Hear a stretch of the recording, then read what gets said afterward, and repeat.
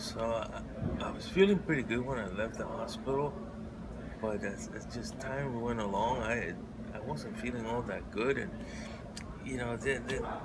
I got so bad. It really felt really bad that to the point that I had to go to the ER, and they told me I had a bad infection. So I don't know. I was not feeling very good about that, and then it's kind of made me upset because they told me that the infection was actually probably was there when I left the hospital to begin with, and I feel like that let me down, uh, and I just don't know how they allowed this to happen. I thought that I don't know. I honestly don't know. I don't want to play some card that people play all the time, so I'll just leave it at that. Hi, I'm Traci, a resident here at Macy Medical Center. Last year I admitted Mr. Nevato with chest pain. He did fine overnight. I discharged him the next day, no problems, the usual routine. He had a primary care doctor, so I sent him home, told him to follow up with her in a few days. The usual.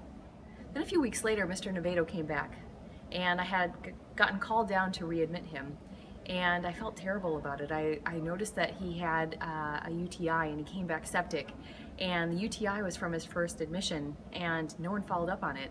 And I felt terrible because I felt like I should have done something, because he shouldn't be back for the same problem. And yeah, that was a huge problem.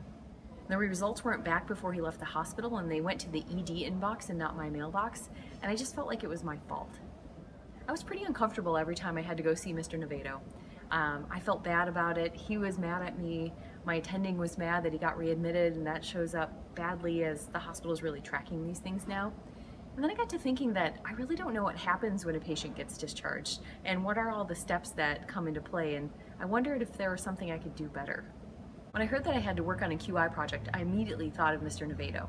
I wanted to learn more about the discharge process. And it was pretty easy to get data on readmissions, but I also had to learn about what happened with the whole discharge process. I knew we write orders, we do our discharge summary, we make appointments for patients, but there's a whole lot of other things that come into play. Someone calls the patients when they go home, but then I didn't know who gets a copy. There were a lot of other things that I just didn't know about what happened with the discharge summaries. And when I looked at our discharge summaries, there was no place to list any pending tests or procedures or investigative studies. It was really helpful to talk to Mr. Nevato. He had a lot of great strategies about how to improve the discharge process for patients. I realized that we didn't have his proper phone number in our system, so nobody actually called him. And his primary care doctor didn't receive the discharge summary that they were supposed to.